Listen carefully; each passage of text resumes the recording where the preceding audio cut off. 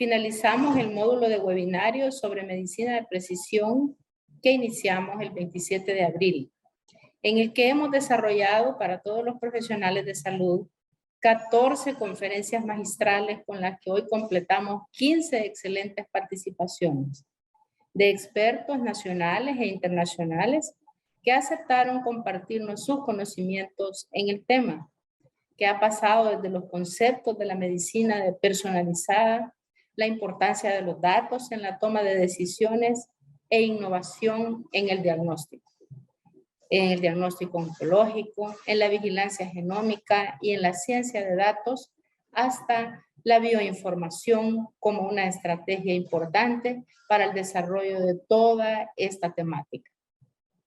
Para este webinario han compartido profesionales de Costa Rica, Estados Unidos, México e Italia con un excelente grupo de especialistas salvadoreños para actualizar información en el tema, ya que también el instituto está involucrado con iniciativas importantes que cambiarán el futuro del diagnóstico y la medicina personalizada en el país, así como mayores oportunidades en proyectos de medicina de precisión.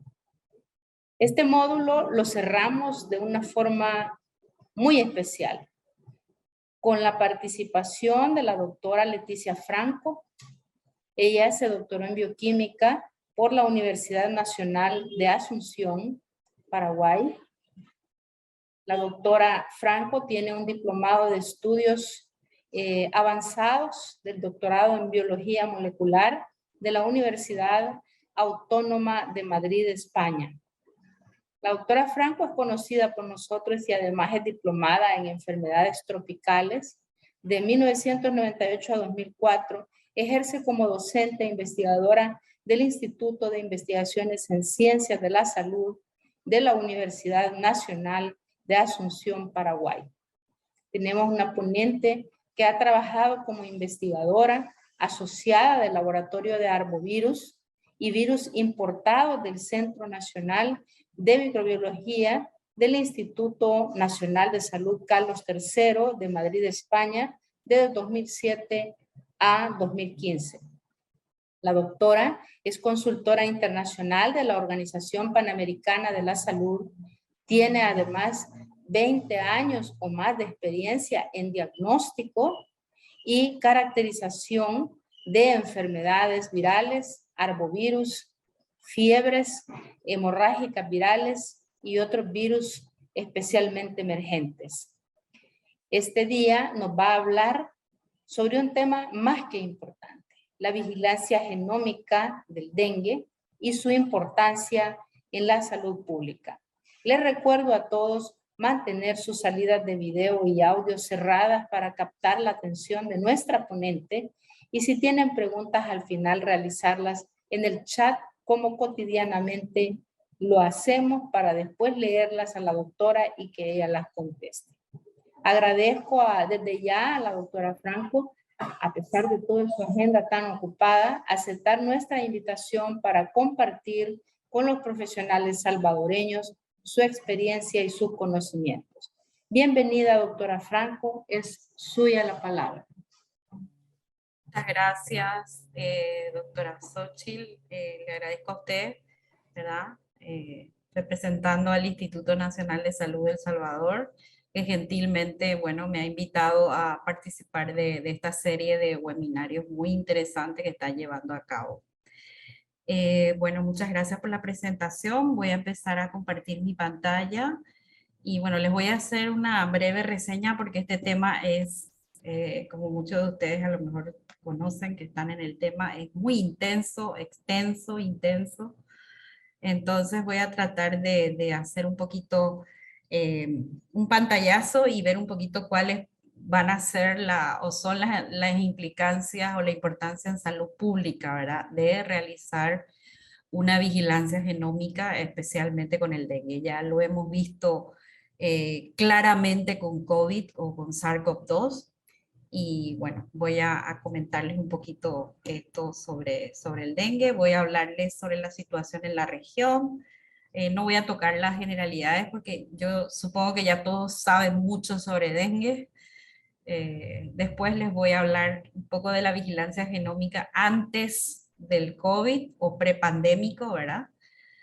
Los nuevos hallazgos de la vigilancia genómica durante este tiempo de pandemia y cuál es el futuro de esta vigilancia genómica como parte de una vigilancia integral en salud pública.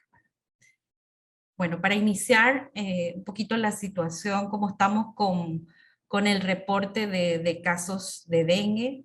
Este año se viene otra vez bastante intenso, ¿verdad? Después de casi año y medio, como ustedes pueden ver en la gráfica, desde finales, de mediados del 2020, que ese incremento que se veía es básicamente por los casos en el hemisferio sur, ¿verdad? Que fue al inicio de la pandemia, comenzamos con un montón de casos, especialmente en Brasil, Sudamérica, algunos países incluso a principios de marzo del 2020, cuando empezó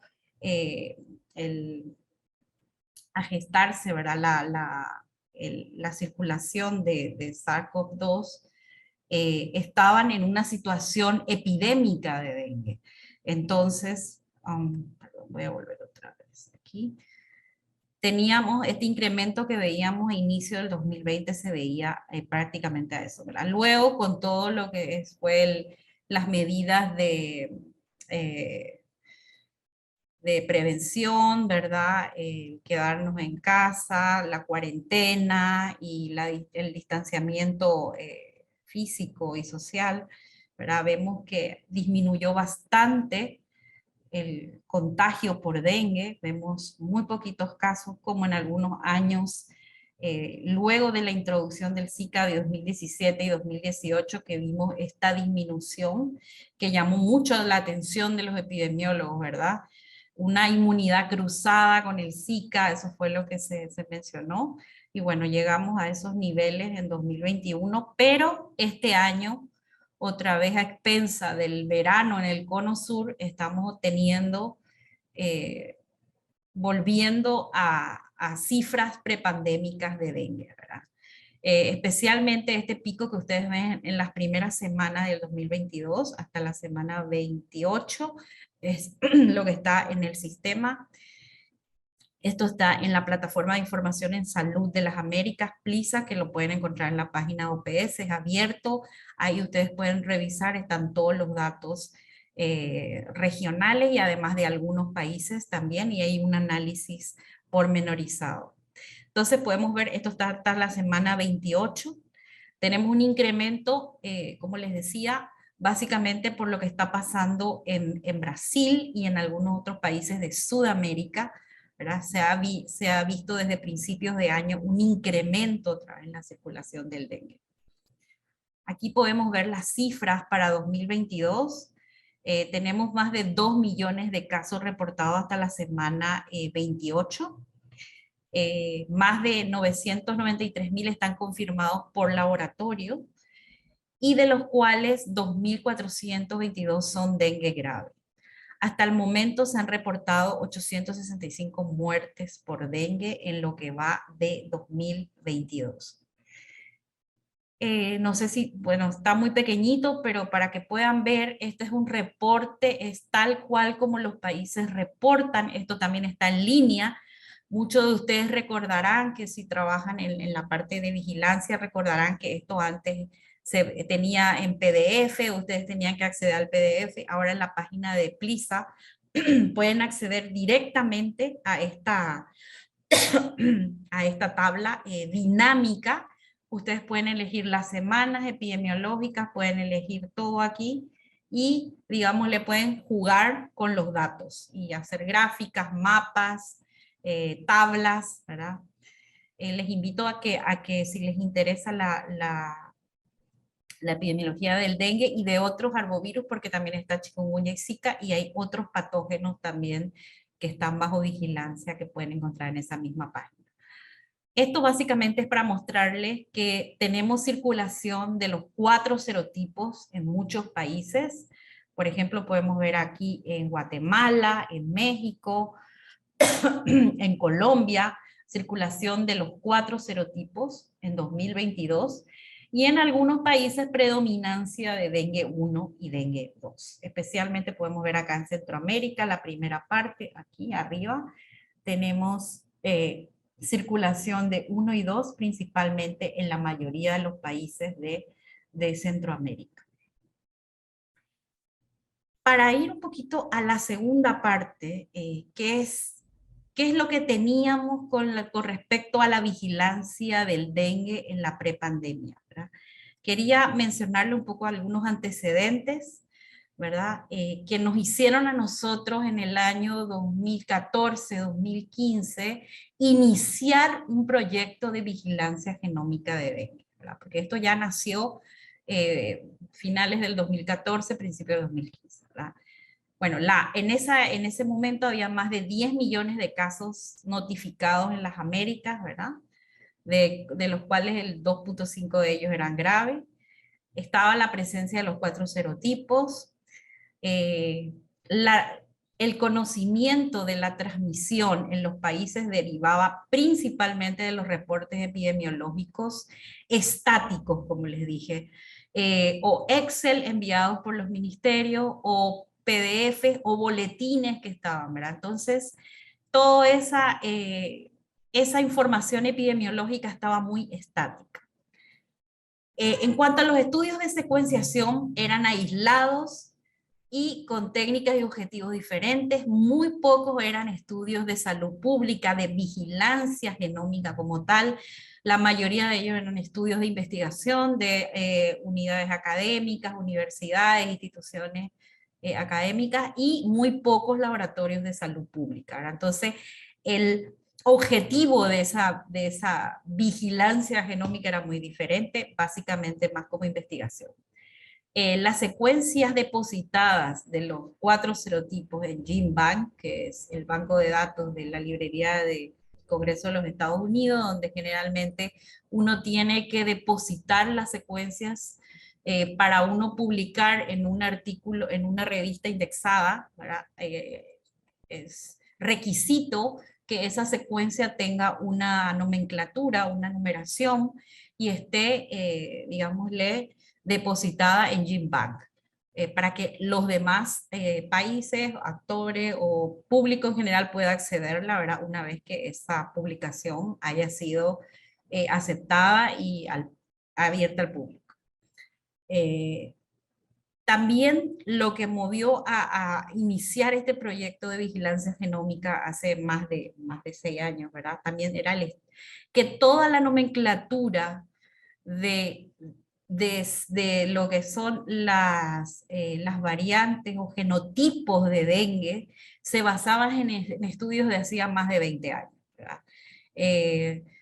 Muchos tenían nombres que se asociaban a lugares, genotipo americano, genotipo asiático, ¿verdad? Hacía referencia a continentes, o linaje sudamericano, linaje centroamericano. Entonces se quería uniformizar también eso y tener una nomenclatura, ¿verdad? Como nos estamos viendo ahora con las variantes de interés y preocupación de SARS-CoV-2, ¿verdad? Tienen una nomenclatura más neutra, ¿verdad? Letras griegas y todo eso. Entonces nosotros queríamos en ese momento también tener una nomenclatura más armonizada para dengue.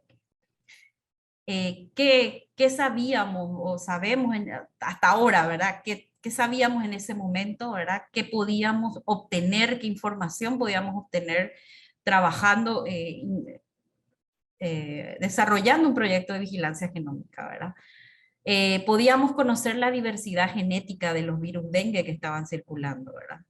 Si había una alta diversidad, implicaba que el virus podía expandirse, como hemos visto en varias epidemias, o una baja diversidad genética, poca transmisión. Algunos genotipos incluso se han extinguido, ¿verdad? No hemos vuelto a saber de ellos después de muchos años.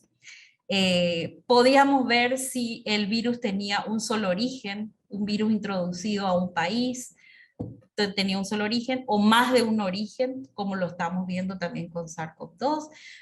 La globalización hace que tengamos múltiples introducciones a veces de un solo virus en un territorio, ¿verdad?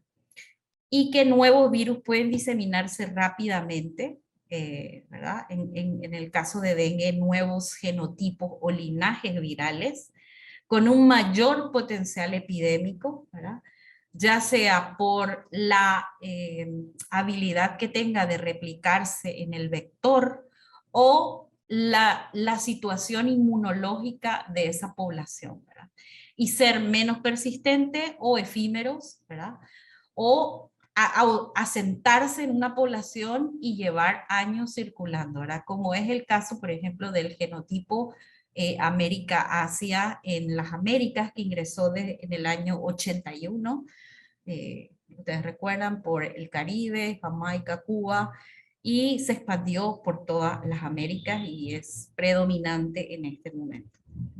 ¿Qué podríamos aprender con un proyecto de vigilancia genómica? Explicar el origen de nuevos brotes, severidad, en caso que esté asociado con alguna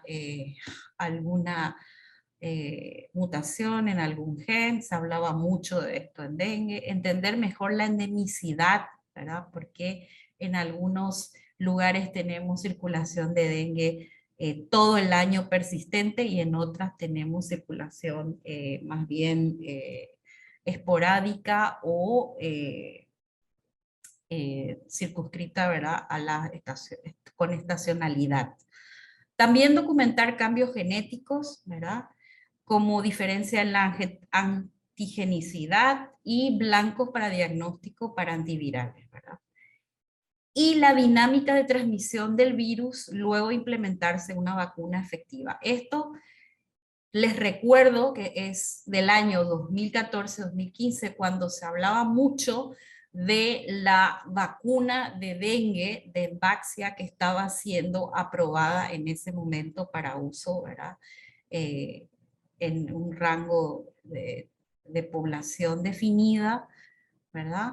Niños mayores de 9 años hasta 60 años.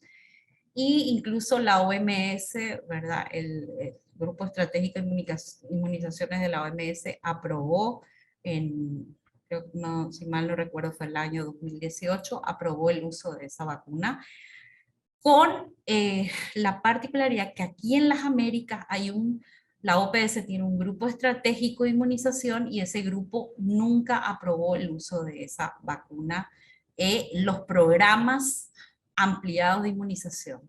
No así en público en general, porque algunos países aprobaron el uso de sus vacunas, pero no en sus programas, sino en clínicas particulares.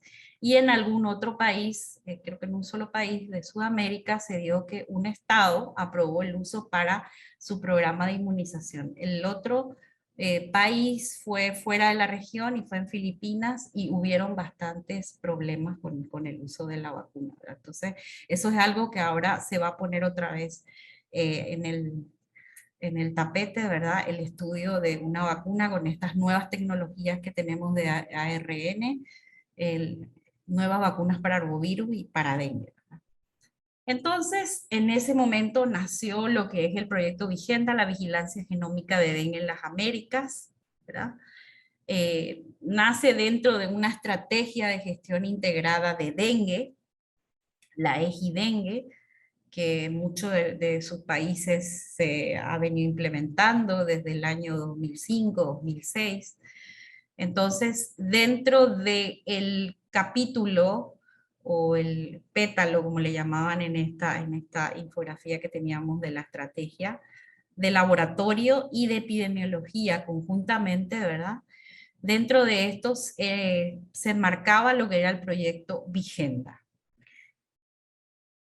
¿Cuáles eran los objetivos de este proyecto? Transferir tecnología de punta, ¿verdad?, para secuenciación genómica a los centros colaboradores de la OMS y los laboratorios nacionales de referencia. En ese momento era el auge de la secuenciación de nueva generación.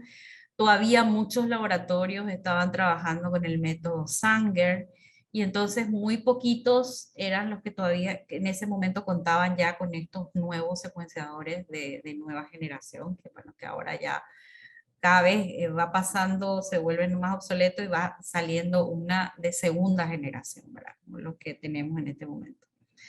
También coordinar la recepción y secuenciación de un muestrario de representativo de cepas de virus dengue, ¿verdad? En los países de las Américas. Y esto pensando exclusivamente por uno de los puntos que le mencioné anteriormente, porque este proyecto nació enmarcado en una etapa pre-vacunación del dengue. Se pensaba que los programas iban a empezar a usar la vacuna de dengue, entonces había presión por conocer cuál era la circulación de, de genotipos en ese momento, ¿verdad? Y tener un cepario. Y depositadas las secuencias en GenBank o en un depósito que pertenezca solo a los países que participaban en Vigenda. Algunas actividades que se lograron hacer, porque recuerden que tuvimos la introducción de, bueno, chikungunya en el año 2014, en el año 2015-16 tuvimos la emergencia de Zika. Entonces, a medida que iban cayendo las emergencias, pues iba dejando de lado algunos de estos proyectos, ¿verdad? Aunque se pudieron realizar algunos entrenamientos, alguna transferencia de tecnología, ¿verdad? Como esta que pueden ver. Este proyecto se empezó a trabajar mucho con el CDC de Puerto Rico, el Dengue Branch, y no solo era el proyecto de caracterización genómica, sino previo a eso también dotar a la región con una técnica de PCR en tiempo real, multiplex, que puedan detectar los 4 virus en simultáneo. La PCR multiplex que muchos de ustedes conocen y usan en sus laboratorios, ¿verdad? Fue también a raíz de este proyecto, fue uno de los objetivos.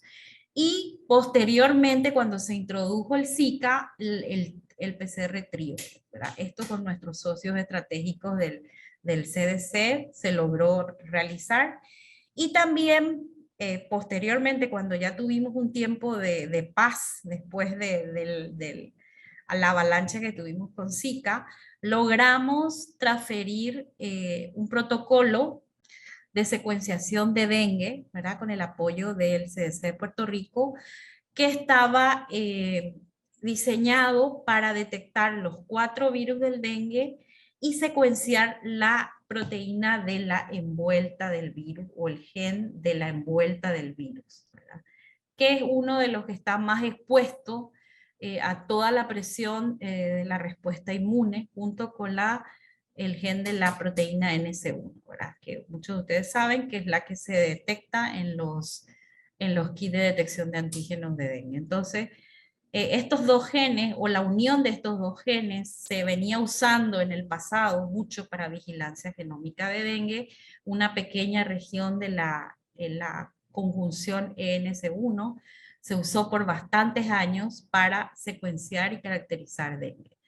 Y entonces secuenciar toda la E completa con más de 1500 nucleótidos era ya un reto en ese momento, y bueno, teníamos el método de Sanger o la secuenciación de nueva generación incipiente que estaba en ese momento.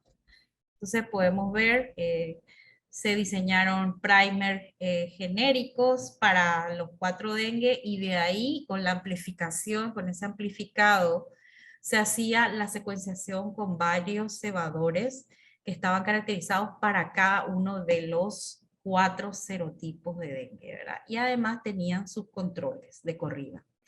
Entonces se elaboró este protocolo, el protocolo de trabajo de secuenciación, y además se hicieron entrenamientos, ¿verdad? Para lo que se llama el laboratorio húmedo, que es la parte propiamente dicha de secuenciación, y también de la parte de análisis informático o laboratorio in silico, ¿verdad?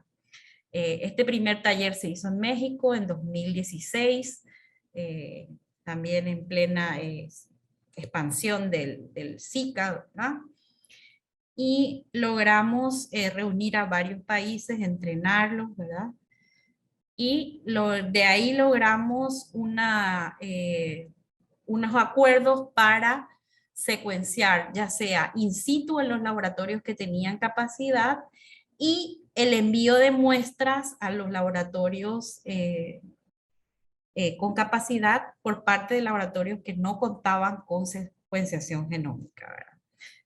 Más o menos eso mismo se está haciendo ahora también con COVID, ¿verdad? Y ha resultado muy útil porque así podemos conocer la diversidad de circulación de variantes en toda la región, ¿verdad? Y entonces ese modelo con SARS-CoV-2 ha sido muy exitoso y esperemos, bueno, que para el futuro con dengue podamos lograr eso, ¿verdad? Pero hay muchos factores y bueno, el factor más importante en este caso era contar con fondos para estos proyectos, porque ustedes saben, los proyectos de secuenciación son costosos, los envíos de muestras son costosos. Entonces, aquí estábamos en plena epidemia de Zika, los esfuerzos estaban dirigidos a otro tipo de proyectos, pero de todos modos conseguimos alguna financiación para realizar estos talleres. Hicimos una segunda reunión, ¿verdad? Con capacitación en el Fiocruz de Río de Janeiro, donde otro grupo de países también se capacitaron y en ese momento llevaron sus muestras y se secuenció in situ, ¿verdad? Esto fue en 2017. ¿Cuáles eran los siguientes pasos en ese momento? ¿Verdad? Establecer criterios de selección de muestras, buenos datos clínicos y epidemiológicos que se asocien a estas muestras para poder enviar esas muestras a los laboratorios designados para secuenciación, ¿verdad?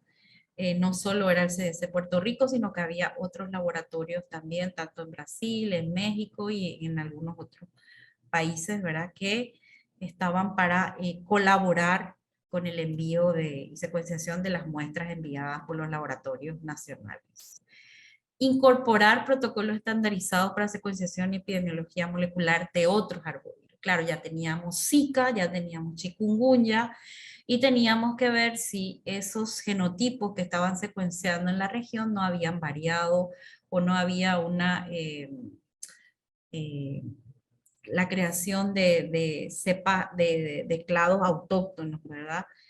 Como pasó con chikungunya, después ya eh, logró endemizar, ser endémico en la región, y las cepas también que se transmitieron, que era la cepa del Océano Índico, ¿verdad? Se convirtió en el linaje americano, ¿verdad?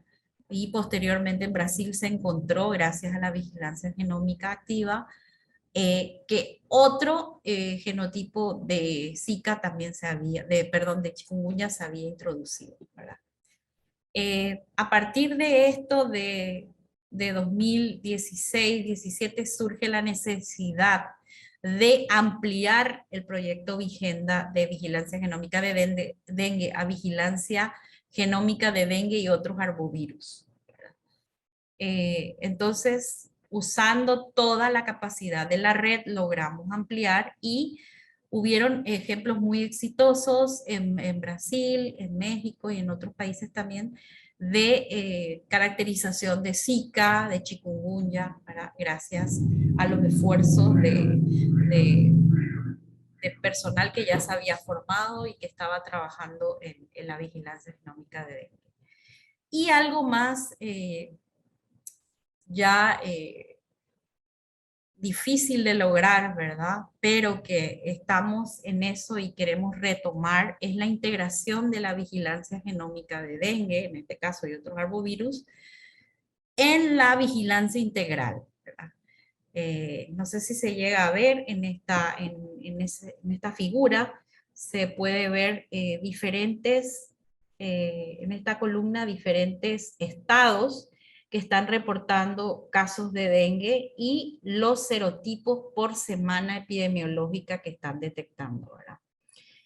En este caso, para integrar la vigilancia genómica, añadiríamos una columna más ¿verdad? En donde se detectan qué genotipos y linajes se están detectando, ¿verdad? Así como estamos ahora con SARS-CoV-2 y que estamos tratando de integrar a la vigilancia epidemiológica y hay ya un camino muy ganado con eso, también queremos hacerlo, ¿verdad? Con los arbovirus.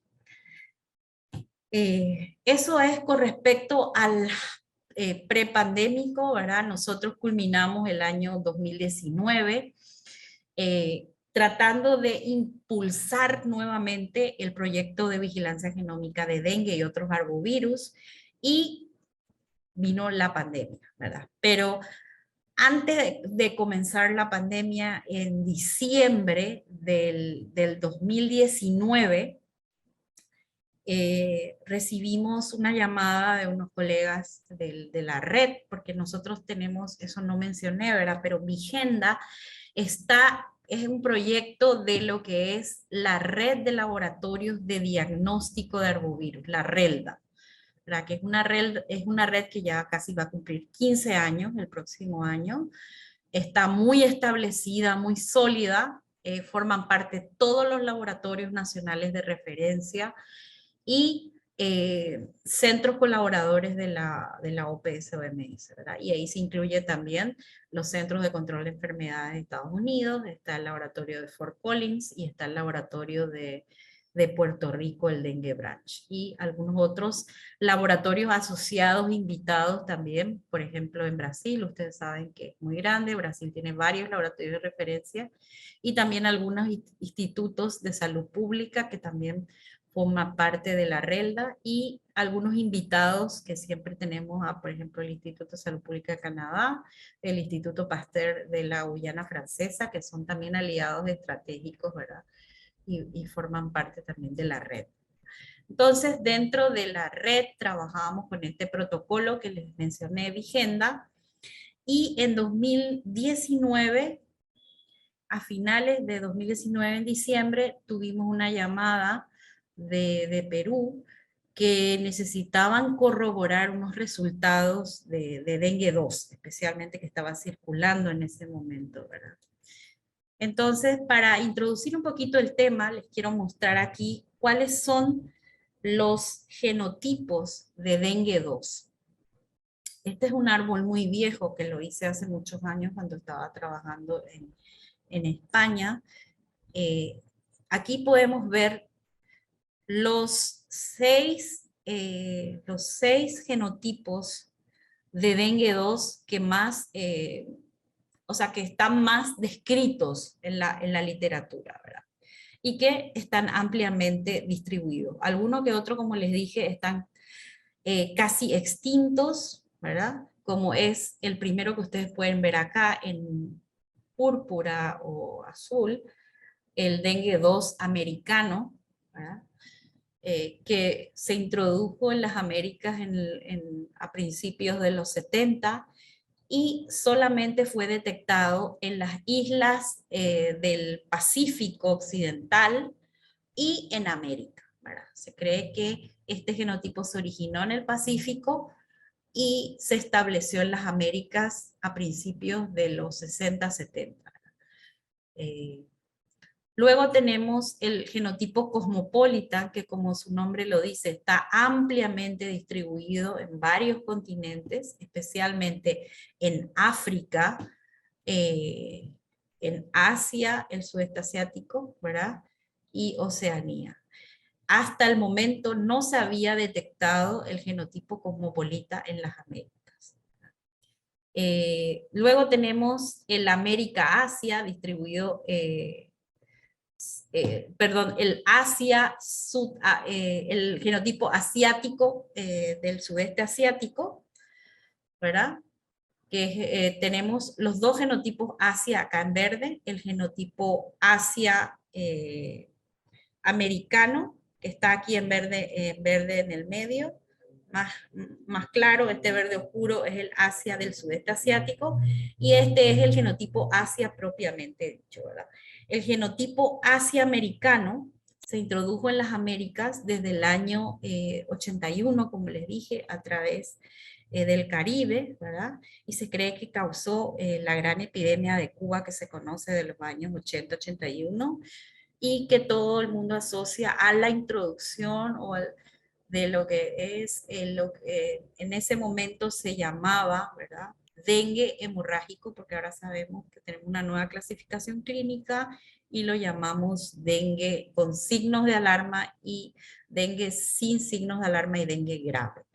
Entonces, la introducción de este genotipo en el año 81 y su expansión por toda la región hizo que en las Américas por primera vez se pudieran detectar, observar, ¿verdad?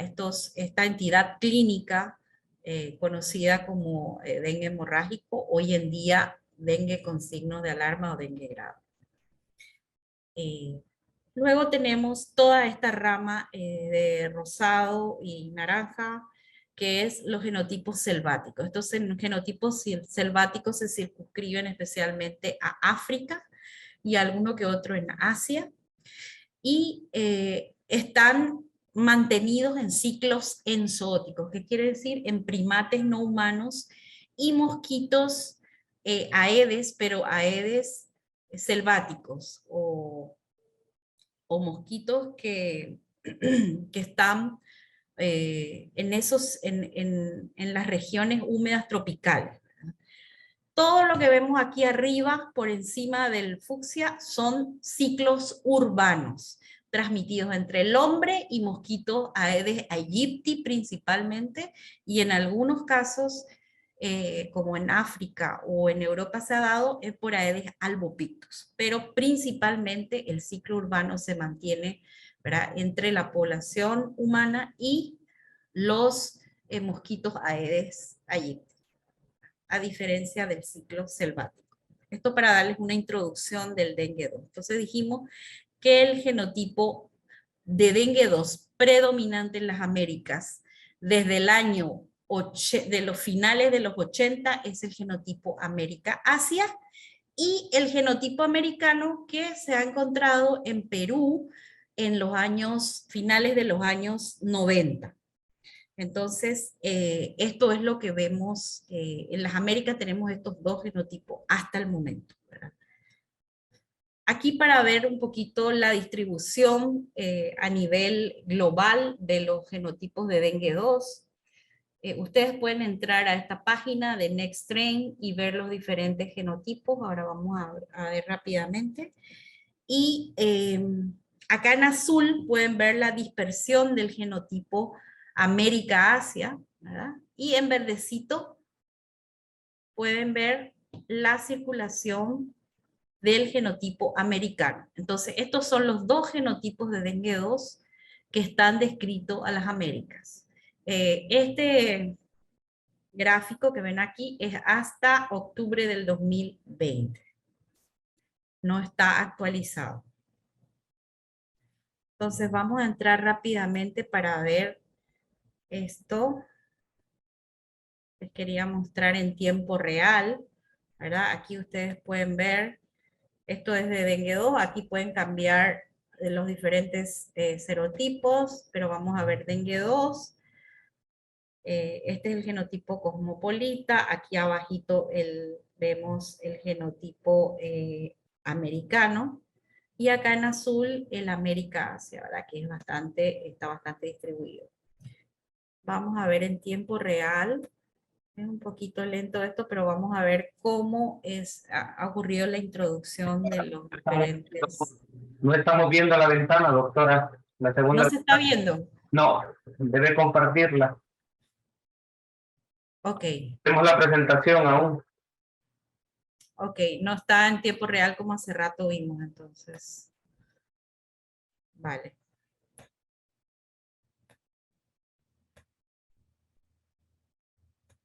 Perdón. Entonces lo que le quería mostrar aquí es esta página de NextStrain. Aquí ustedes pueden ver con los diferentes serotipos, ¿verdad? Ahora vamos a ver dengue 2 y vamos a ver cómo se han expandido los genotipos de dengue 2. Le estaba mencionando los colores. El azul representa la América-Asia, el verde el genotipo americano, y los otros colores, los genotipos asiático y cosmopolita de dengue 2.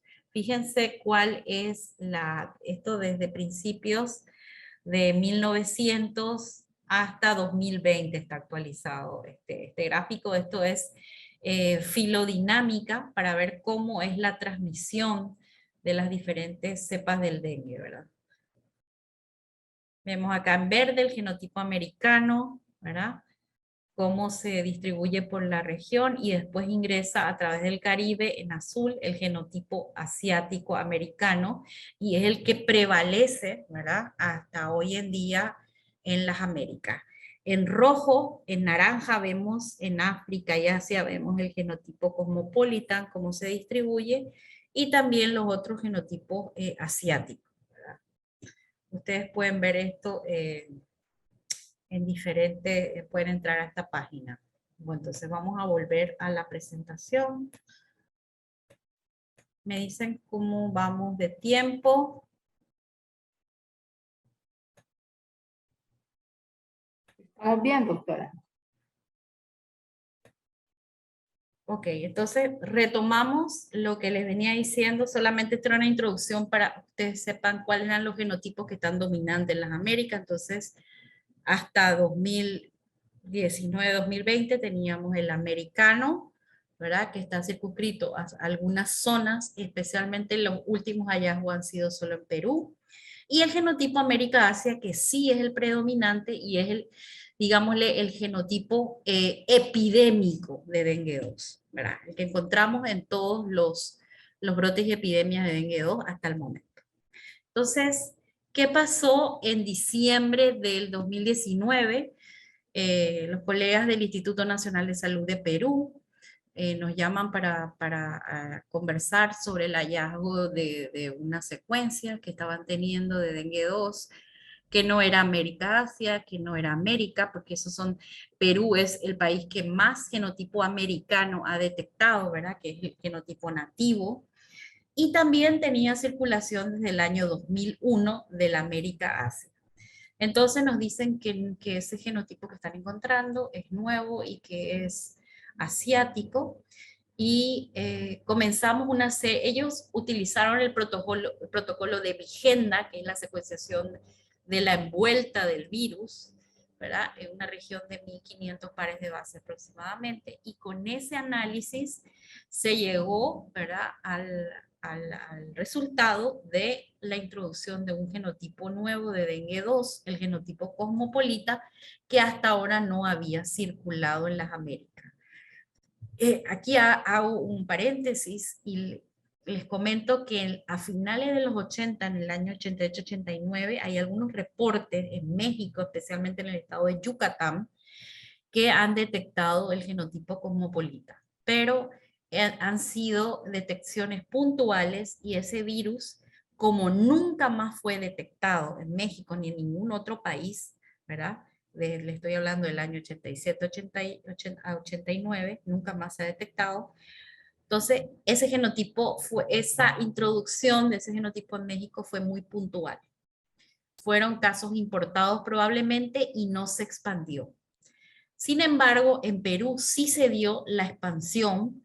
Comenzó en la provincia de Madre de Dios, pues pueden ver acá está ubicado Perú, acá en verdecito, limítrofe con Brasil y Bolivia, esta esquina, la provincia de Madre de Dios, vemos aquí. Entonces, en esta zona, que también es una zona selvática del Perú y donde se practica mucho la minería, surgió en 2019 el genotipo de dengue 2 cosmopolita. Como era un hallazgo nuevo y hacía 30 años que no se detectaba la introducción de un nuevo genotipo en las Américas, ¿verdad?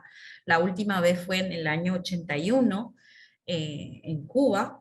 Entonces, eso ameritaba enviar las secuencias a un centro colaborador, ¿verdad? Y hacer la secuencia de genomas completo. En eso nos ayudaron los colegas del CDC, ¿verdad?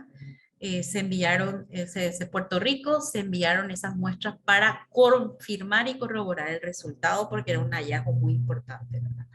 En ese momento estábamos hablando de febrero, marzo del 2020. Tuvimos que interrumpir los trabajos porque llegó la pandemia. Entonces, más lentamente se estuvo trabajando, se llegó a un informe, que es esto que ustedes están viendo, ¿verdad? Y en las muestras que se secuenciaron, se encontraron dos genotipos circulando en simultáneo, el genotipo América-Asia, que era el que era endémico, ¿verdad? En Perú y en toda la región, y el nuevo genotipo cosmopolita, ¿verdad? Al hacer los análisis más finos, se vio que este genotipo cosmopolita estaba relacionado con cepas asiáticas de Bangladesh y de Indonesia, ¿verdad? O sea, posiblemente un viajero de estos países virémico aterrizó en Perú, llegó hasta Madre de Dios y le picó un mosquito a Aedes que pudo establecer un ciclo endémico en esa zona, ¿verdad? Estudios posteriores que se hicieron ya durante la pandemia, en los momentos en que había tiempo, porque ustedes saben, todos los laboratorios estuvieron muy sobrecargados con el diagnóstico, se empezaron a secuenciar otras muestras de 2019 y encontraron que ya a principios de 2019 ya había detección de este genotipo en Madre de Dios, del genotipo cosmopolita. Luego, a lo largo del 2020 y 2021 se expandió por la mayoría de las provincias del Perú y en este momento está compitiendo con dengue 1. Esto pueden ver, esto es un gráfico que se hizo con las primeras muestras detectadas. En azul pueden ver que son los genotipos América-Asia, ¿verdad? Que ya estaban endémicos en Perú. Y en rojo pueden ver aquí en Madre de Dios y después ya en algunas otras provincias cercanas, ¿verdad? La expansión del genotipo cosmopolita. Esto no se quedó ahí, se iban a hacer estudios clínicos, ¿verdad? De casos controles para ver si este genotipo presentaba una mayor severidad. Un montón de protocolos que se iban a llevar a cabo tuvieron que ser suspendidos por la pandemia. A principios de este año, recibimos otra llamada de los colegas de Brasil, el grupo del doctor Luis Alcántara y Marta Giovanetti en el Fiocruz de Río de Janeiro, que habían detectado el genotipo 2 cosmopolitan en un paciente en Goiás, Brasil. Todas estas presentaciones, a pesar de la pandemia, nosotros seguimos en 2020 en la reunión de la RELDA, de la red de laboratorios, presentamos esos resultados, ¿verdad? Nuestra colega de Perú lo presentó, luego en 2021 en otra reunión que hubo en el curso de dengue de Cuba, también se presentaron, entonces se estaba alertando a la región de que podían encontrar este genotipo. Y a raíz de eso, los colegas de Brasil, ¿verdad? Ellos que tienen montada una vigilancia genómica en toda la región, pues encontraron en 2019, en principio del 2022, el genotipo cosmopolitan en un paciente de Goiás, ¿verdad?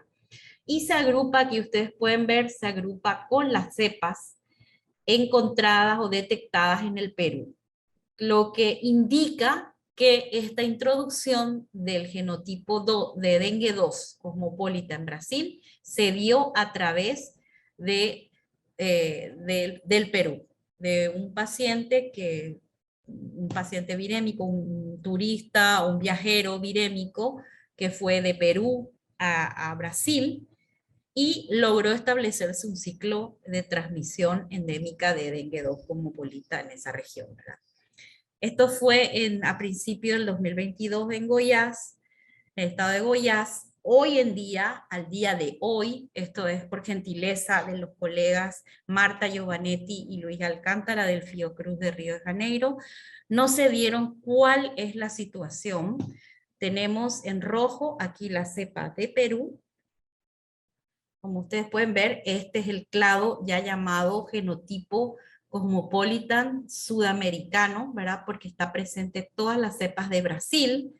Entonces tenemos las de Perú, luego tenemos ya cepas de Goiás, del estado de Goiás, cepas de Mato Grosso Sur, de Minas Gerais, del estado de Paraná, y también hay una nueva secuencia del estado de Marañón. Entonces son 6 estados de Brasil que ya están detectando el genotipo dengue 2 cosmopolitan en Brasil desde esa introducción que fue en 2019 en Perú.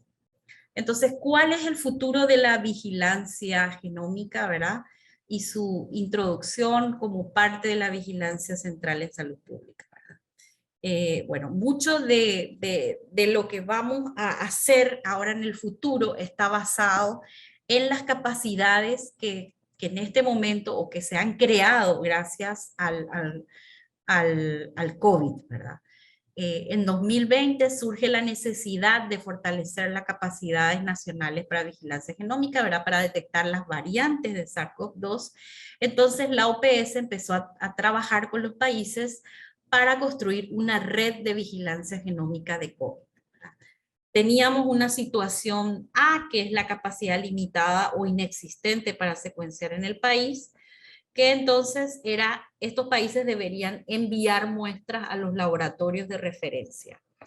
Y por otro lado, países que ya tenían establecido la vigilancia genómica, que fueron fortaleciendo, podían ayudar a estos otros laboratorios, ¿verdad? Junto con la OPS, para secuenciar esas muestras o para proveer protocolos y reactivos para otros laboratorios que también contaban con secuenciación genómica o realizar los entrenamientos y análisis, ¿verdad? Entonces ahí nace en marzo del 2020 COVIGEM. Entonces, como les mencioné, esto es actualmente lo que tenemos, las capacidades, ¿verdad? Tenemos laboratorios de secuenciación que tienen secuenciación en el país, los blancos, laboratorios de secuenciación externa que derivan muestras a otros laboratorios de referencia, y los laboratorios de referencia de secuenciación, que son estos naranjados. Laboratorios a donde se pueden enviar muestras, ¿verdad? A través de la UPS o otras entidades para secuenciar muestras y producir el resultado para la vigilancia genómica. Entonces, esta red está conformada por 26 laboratorios con diferentes capacidades, que a raíz de un gran proyecto que está teniendo la OPS en este momento, para el 2023 esto se va a ver incrementado, o sea, los puntitos en blanco van a crecer por todo lo que es Centroamérica, el Caribe, ¿verdad? Porque estamos incrementando la capacidad de secuenciación, ¿verdad? Iniciando de cero laboratorios de secuenciación, como va a ser el caso, por ejemplo, de El Salvador, ¿verdad? Que va a tener ya a partir de finales de este año su laboratorio de vigilancia genómica y de secuenciación, ¿verdad? Esto, bueno, lleva todo un proceso de compra de equipos reactivos y especialmente entrenamiento, ¿verdad? Entonces, a raíz de toda la actividad pandémica con SARS-CoV-2 se están aprovechando estas capacidades, ¿verdad? Y en la post-pandemia espero ya que pronto, ¿verdad? Porque si seguimos con todas estas variantes, no sabemos hasta cuándo vamos a llegar, y ahora tenemos un nuevo patógeno con declaración de emergencia, ¿verdad? Que es el monkeypox. Entonces, todas estas capacidades que fueron creadas van a servir no solo para secuenciar SARS-CoV-2, sino para secuenciar arbovirus, principalmente dengue. Tenemos que vigilar la entrada de este genotipo cosmopolitan en la región, ¿verdad? No sabemos todavía las implicancias epidemiológicas o clínicas que pueda tener, ¿verdad? No sabemos su potencial. Bueno, el potencial epidémico es alto porque se transmite muy fácilmente, ¿verdad? Eso lo hemos visto en otras regiones. Entonces, necesitamos incorporar a esta nueva capacidad genómica que vamos a tener en la región otros patógenos, ¿verdad? Además, SARS-CoV-2, arbovirus, influenza, monkeypox y todo lo que venga, ¿verdad? Pero quedan varios desafíos todavía en cuanto que se ha visto con SARS-CoV-2 y para otros virus emergentes, como les dije, puede ser el genotipo de dengue 2 cosmopolitan o monkeypox, ¿verdad?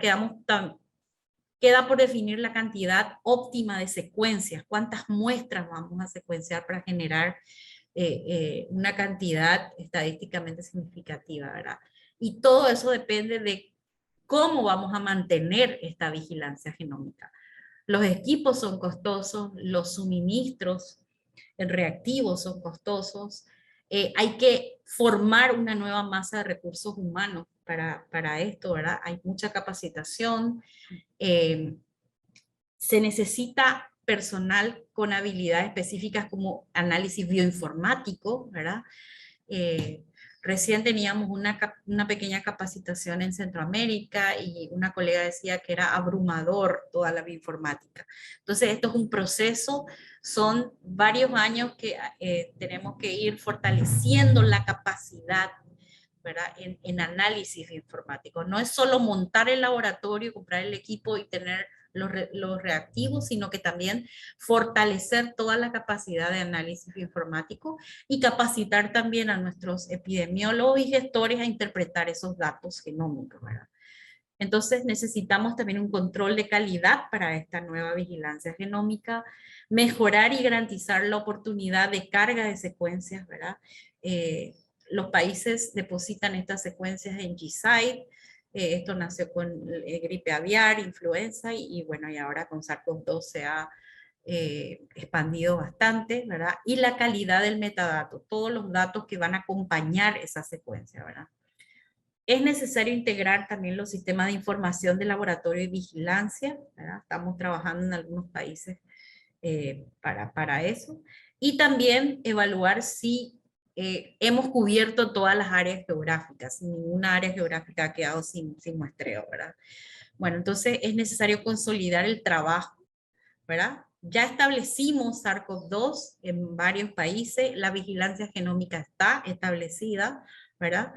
Pero también tenemos que ver la oportunidad que nos brinda esto para trabajar en el fortalecimiento de otros países e introducir otros patógenos, ¿verdad?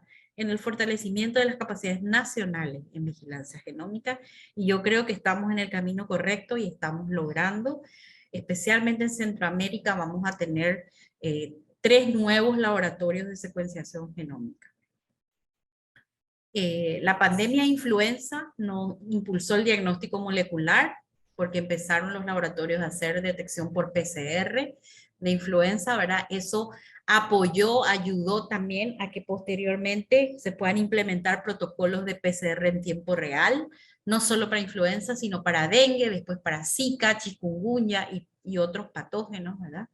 Entonces, ya para cuando el COVID llegó, ya estábamos con los Centros Nacionales de Influenza capacitados para detectar influenza, otros virus respiratorios y COVID. Entonces, utilizando esa capacidad instalada, se pudo rápidamente responder y realizar el diagnóstico de COVID, ¿verdad? Entonces, pensamos que esta capacidad de secuenciación va a ser aprovechada, así como fue el diagnóstico molecular en 2009, ¿verdad? Va a ser aprovechada para que en 2023 tengamos la mayoría de los países con secuenciación, con laboratorios de secuenciación genómica. También va a apoyar mucho que en septiembre de este año, en el Consejo Directivo de la OPS, que son el Consejo de los Ministros de Salud de todos los países, se apruebe esta nueva resolución, que es la Estrategia de Vigilancia Genómica Regional para la Preparación y Respuesta a Epidemias y Pandemias, ¿verdad? Esto ya tuvo una primera aprobación por el Comité Ejecutivo de la OPS en junio de este año, ¿verdad? Y se va a llevar al Consejo Ejecutivo, que va a ser en septiembre, finales de septiembre de este año. Una vez que se apruebe esta estrategia, los países tienen que implementarla y fortalecer en el caso que ya tienen una vigilancia genómica o establecer en el caso de algunos países que van a empezar de cero. También la integración de redes y proyectos genómicos, como les mencioné, nacimos con Vigenda en el año 2015, ¿verdad? En la red de laboratorios de arbovirus, en RELDA. Después nos expandimos con Releva, que es la red de laboratorios de entomovirología, ¿verdad? Detectar virus en mosquitos. Crecimos con Covigen, la red regional de vigilancia genómica, ¿verdad? Y se ha podido establecer una vigilancia genómica real en esta pandemia y incorporar otros patógenos, como ser los patógenos transmitidos por alimentos, ¿verdad? De la red PulseNet, que también muchos de sus países son miembros. Entonces, estos son un grupo de redes, pero hay muchísimas más redes, hay otras redes de resistencia antimicrobiana, de One Health, ¿verdad? Que en esta estrategia nueva que les menciono están incluidas. Entonces, se promueve mucho la integración de redes y proyectos genómicos. Estamos en un mundo interconectado, esto ya es para terminar. En menos de 15 horas podemos estar desde El Salvador, podemos ir a Europa o ir al sudeste asiático, volver virémicos, febriles y traernos una cepa de dengue o de chikungunya o de zika o de otro patógeno, ¿verdad? E introducirla en la región. Entonces, tenemos que estar atentos, vivimos en un mundo globalizado, no podemos pensar solamente en los virus endémicos que tenemos, sino que tenemos que pensar también un poquito a futuro, ¿verdad? Y en ese sentido, nosotros siempre estamos tratando de que los laboratorios estén un paso adelante, pensando cuál sería la nueva pandemia. Especialmente con arbovirus hemos trabajado en ese sentido, ¿verdad? Y bueno, estamos avanzando bastante. Y con eso termino. Muchas gracias a todos. Muchas gracias, doctora Franco, por su excelente ponencia que arroja luz sobre las necesidades urgentes e impostergables de realizar secuenciación genómica para mejorar la calidad de la vigilancia y para adelantarnos a los acontecimientos que muy bien esta pandemia de SARS-CoV-2 nos ha enseñado que son muy útiles para paliar los efectos tan graves en la salud pública que puede ocasionar una enfermedad infecciosa como esta. De modo que aquí tiene algunas intervenciones, interrogantes, preguntas de los colegas. Hay un saludo y felicitaciones por su ponencia. En 2016, dice, vimos una epidemia de Zika, de casos de microcefalia jamás vistos en El Salvador. ¿Por qué no vemos brotes de Zika con microcefalia después del 2016, tal como se ve en el dengue? Es una pregunta. Okay. Muy interesante la pregunta, ¿verdad? Y bueno, esto va más allá de lo que es el diagnóstico virológico y más allá de mi alcance como viróloga, ¿verdad? Es más del punto de vista epidemiológico y cómo se entiende cuando cuando un virus está circunscrito en una región. Por ejemplo, lo que vimos con Zika, nunca hemos prestado atención al Zika antes de 2015, porque estaba circunscrito a África, ¿verdad? Alguna que otra detección en viajeros, ¿verdad?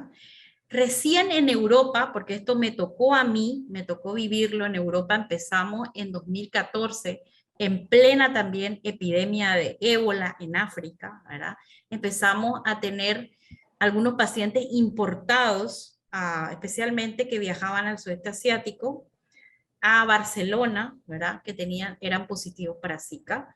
Muchos de los casos positivos que tuvimos habían estado vacacionando en la Polinesia francesa, en estas áreas paradisíacas. Entonces, en 2014 empezamos a, bueno, ¿y este virus qué es? ¿De dónde viene? Empezamos a estudiarlo, vimos que el instituto en Portugal, el instituto Ricardo Jorge, había trabajado mucho en alguna de sus ex colonias en África, ¿verdad? En Angola, Mozambique, y tenían una cepa original africana de Zika, y le pedimos compartir porque nosotros no teníamos controles para Zika. Empezamos a tener estos pacientes que los detectamos por secuenciación, ¿verdad? porque en ese momento usábamos una genérica de flavivirus, una PCR genérica de tiempo final, de estas engorrosas que hay que hacer geles. Secuenciábamos ese fragmento y con eso pudimos identificar que era virus Zika el paciente, lo que tenía el paciente, no era dengue, ¿verdad? Era muy parecida a la clínica, todo nos daba negativo, el clínico decía, esto es dengue, no puede ser, esto es dengue. Y era Y así. después supimos que era Zika, le estoy hablando de 2014, ¿verdad? Antes de que se haya detectado en las Américas. Entonces justo me tocó vivir eso, pedimos a Portugal los controles, nos mandaron láminas de inmunofluorescencia y pudimos identificar a algunos pacientes retrospectivamente por serología, ¿verdad? Claramente también daban algunos cruces con dengue. Entonces nadie le tuvo en cuenta al Zika hasta que empezaron a llover estos viajeros, después empezaron a venir más viajeros en otros países europeos. Nosotros teníamos un proyecto de dengue en toda Europa y a raíz de ese proyecto también nos venían muestras de Zika. Entonces, yo tenía siempre en mente el Zika en diciembre del 2014. Todo el mundo quería cursos de ébola, nadie quería saber nada de arbovirus, pero logramos introducir Zika en esos cursos, ¿verdad? En ese curso de una red iberoamericana, creo que aquí está Cintia Fabri, creo que la ha visto por ahí, ella sabe muy bien de lo que estoy hablando. Logramos entregarle a los colegas un control de Zika molecular, ¿verdad? Eh, eh, en ese momento creo que era el leofilizado, un control leofilizado, ¿verdad? Y muchos países pudieron usar esos controles posteriormente, ¿verdad? En 2015. Pero ¿por qué les menciono todo esto? Porque no teníamos ese awareness, estar previniendo que íbamos a tener ese virus, ¿verdad? ¿Qué pasó después? En Polinesia Francesa, cuando nosotros vimos la expansión en Brasil, la detección en Brasil, fuimos a ver Polinesia, porque en Polinesia Francesa había circulado en 2014. ¿Por qué no tuvieron ellos casos de microcefalia? Primero que la circulación fue restringida, ¿verdad? No fue muy, no se expandió por muchas islas, pero fue restringida porque ellos tenían también una fuerte epidemia de dengue 1, un nuevo genotipo que se estaba introduciendo. Entonces había como, digámosle, un conflicto en el mosquito. Había competencia vectorial de dengue 1 con Zika. Después, retrospectivamente, se vio que hubieron algunos casos de microcefalia, pero ahí estaba permitido abortar. Entonces, esos casos no fueron a la estadística de la vigilancia epidemiológica, ¿verdad?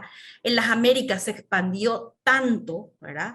Y se cree que estuvo circulando ya desde 2014, ¿no? En finales o mediados de 2015, como recién se confirmó en Brasil, ¿verdad? Se cree que estuvo circulando incluso desde finales de 2013, ¿verdad? Cuando ya chikungunya se estaba introduciendo, se cree que Zika ya se estaba introduciendo. Circuló silenciosamente y entonces logró expandirse y entonces cuando un virus se expande y circula tan ampliamente, ¿verdad? Estadísticamente uno puede ver diversos tipos de patologías o de manifestaciones clínicas que no se veían cuando estaba circunscrito en otra región, ¿verdad? Y también está desde el punto de vista genético, que se detectaron algunas mutaciones, que supuestamente fue cuando pasó del sudeste asiático a la Polinesia y después a Brasil, bueno, en Chile fue la primera vez, en la isla de Pascua, en Chile, fue la primera detección, ¿verdad? Entonces, tenemos que tener muy en cuenta todo lo que circula en Polinesia, porque después entra ya sea por el Pacífico, ¿verdad? O directamente a Brasil, que está muy interconectado. Claro. Entonces, sí que hay que tener muy en cuenta, hay que tener muy en cuenta eso, ¿verdad? Que por qué vimos esa explosión de casos de microcefalia, porque nunca ese virus había dado una epidemia como la que tuvimos. Entonces, en África nunca se había descrito, ¿verdad? Posiblemente sí hubieron, pero como allá la vigilancia es muy mala, ¿verdad? En la mayoría de los países subsaharianos de África, está limitada mucho a malaria, ¿verdad? El dengue, ahora hay una explosión por detectar dengue y las redes se están fortaleciendo, pero antes no era así. Entonces todo era malaria. Y por eso tampoco se veían, no se documentaron esos casos en África, ¿verdad? Claro. Recién, retrospectivamente pudimos ver en Polinesia y ya todo lo que se vio en las Américas que sí se pudo estudiar muy bien, ¿verdad? Ok, Esa es mi muchas respuesta. gracias, doctora. Hay una pregunta aquí relacionada con vacunas. Dice, ¿la tecnología a utilizar en el desarrollo de las nuevas vacunas contra dengue será diferente a la utilizada en Dengvaxia? Bueno, yo esperaría, ¿verdad? No tengo conocimiento de ningún proyecto, de ninguna compañía que esté ya empezando a pensar en vacunas de RNA con arbovirus, ¿verdad? Pero sería el camino lógico a seguir, dado el éxito que tuvimos con SARS-CoV-2, ¿verdad? Claro, Sería lógico. sería lo lógico. Hay una pregunta que sí es interesante de responder para información al público en general, no solo al gremio médico y al sector salud, porque mucho se especula aquí que no se hace secuenciación, pero usted sabe muy bien que sí. En la red epidemiológica de vigilancia que tienen, está participando El Salvador, es decir, enviando muestras para secuenciación en otros laboratorios. Sí, claro que sí. El Salvador participó ya desde aquel proyecto de Vigenda, ¿verdad? Con muestras que se llevaron a Brasil. Empezamos con eso, con dengue. Después, con la pandemia, desde finales de 2020, El Salvador está enviando muestras, ¿verdad? Principalmente a nuestro centro de referencia para Centroamérica, que es el Instituto Gorgas. El Salvador ha enviado, no estoy segura de la cifra, ustedes estarán, pero más de 500 Sí, muestras más de se 500 han, muestras, más de 5 envíos, y no sí, solamente a ustedes, sino también al INCIENSA. Hemos estado mandando muestras con el objetivo de que la toma de decisiones sea basada en este tipo de información. Esto es importante destacarlo porque mucho hay en el ambiente que como no había la capacidad para hacer secuenciación en el país, estábamos a ciegas tomando decisiones. Creo que no había la información, que sí se han estado mandando muestras, que sí se envían directamente la información al titular de esta cartera de Estado y que todas las personas involucradas en la toma de decisiones tienen la información de forma oportuna. Es una y información que debe quedar clara. sí, también, doctora, se puede ver en las secuencias que fueron subidas o incorporadas a la plataforma Aguisai. GISAI. Ahí se puede ver claramente de Sí. las 500, 600 muestras cuántas secuencias se generaron, ¿verdad? Todo eso lo pueden encontrar, pueden elegir El Salvador y van a ver todas las secuencias y su metadato, toda la información con la que va esa, porque Y la ahí está. calidad de los datos también es muy importante. Entonces, eso lo pueden ver tranquilamente en la plataforma GISAI. Pueden confrontar la información con lo que estamos diciendo desde la primera muestra enviada a los laboratorios de referencia y también desde la primera secuenciación realizada aquí en el país con la Universidad del Salvador, que también se subió a la plataforma. De modo que muchas gracias por esta aclaración, doctora. Efectivamente, la doctora Fabri está aquí y dice, excelente, doctora Franco, muchas gracias. ¿Se podrá acceder a la grabación? Claro que sí, doctora. Vamos a colgar en nuestro canal de YouTube esta conferencia de la doctora, como lo hemos hecho con más de 100 conferencias que ya se han realizado y que están disponibles en el canal de YouTube del instituto. Excelente esfuerzo, dicen bravo, muy bueno. En Centroamérica y el Caribe, ¿qué países cuentan con secuenciación genómica para SARS-CoV-2? Bueno, en Centroamérica tenemos Panamá, tenemos el Costa Inciencia en Rica. Costa Rica, tenemos también algún mecanismo que están utilizando en Belice y en Guyana. Ok. Perdón, Guyana, me confundí, perdón. En Guatemala, perdón. En Guatemala también ya tienen establecido ellos a partir del año pasado, tienen establecido también secuenciación genómica y a partir de 2021 ya están ellos mismos generando sus propios datos, ¿verdad? Y ahora se van a próximamente ya estaremos incorporar, aquí. sí, se van a incorporar El Salvador, Nicaragua y Honduras. Se van a incorporar ahora a finales de este año. Ya estamos iniciando las capacitaciones.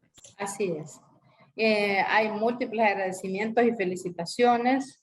Y hay una pregunta aquí que dice, ¿qué condiciones favorecen la aparición de nuevos linajes en el virus del dengue?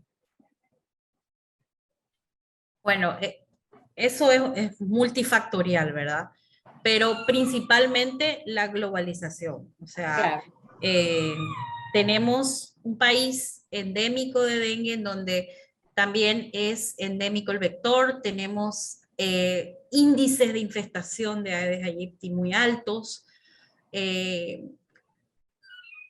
conexiones directas, ¿verdad? Con diferentes destinos, ya sea una ciudad en las Américas turística o una gran capital, ¿verdad? Que tenga la capacidad de recibir gran número de personas, de turismo o simplemente de visitantes, ¿verdad? la Y conectividad del que mundo. claro, y esos visitantes vengan virémicos o febriles, ¿verdad? Sí, asentar Esas son completamente. las conexiones, los índices de infestación altos, ¿verdad? Y una persona virémica que traiga el virus de estos otros lugares, ¿verdad? Como pudimos ver en Madre de Dios, en Perú, se dio la condición ideal, ¿verdad? Que tenían ya una alta transmisión de otros serotipos de dengue, tenían alta infestación de vector y había un interés comercial muy grande desde el sudeste asiático hacia esa zona por la minería, ¿verdad? Y se logró establecer ese ciclo de circulación autóctona Se dieron todas las dengue. condiciones para completar el ciclo.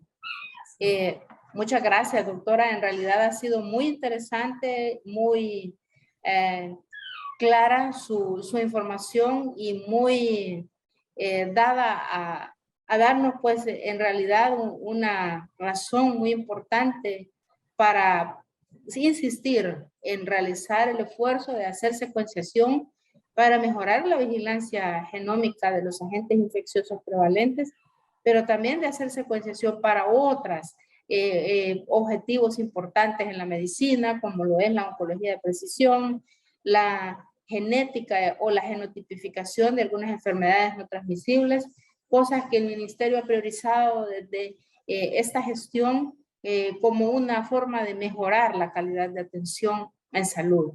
Y bueno, la primera muestra es que ya a finales de este año estaremos haciendo secuenciación gracias a todo el apoyo de OPS y a también la disposición de la cabeza de esta cartera de Estado de ofrecer todas las condiciones para que eso se realice.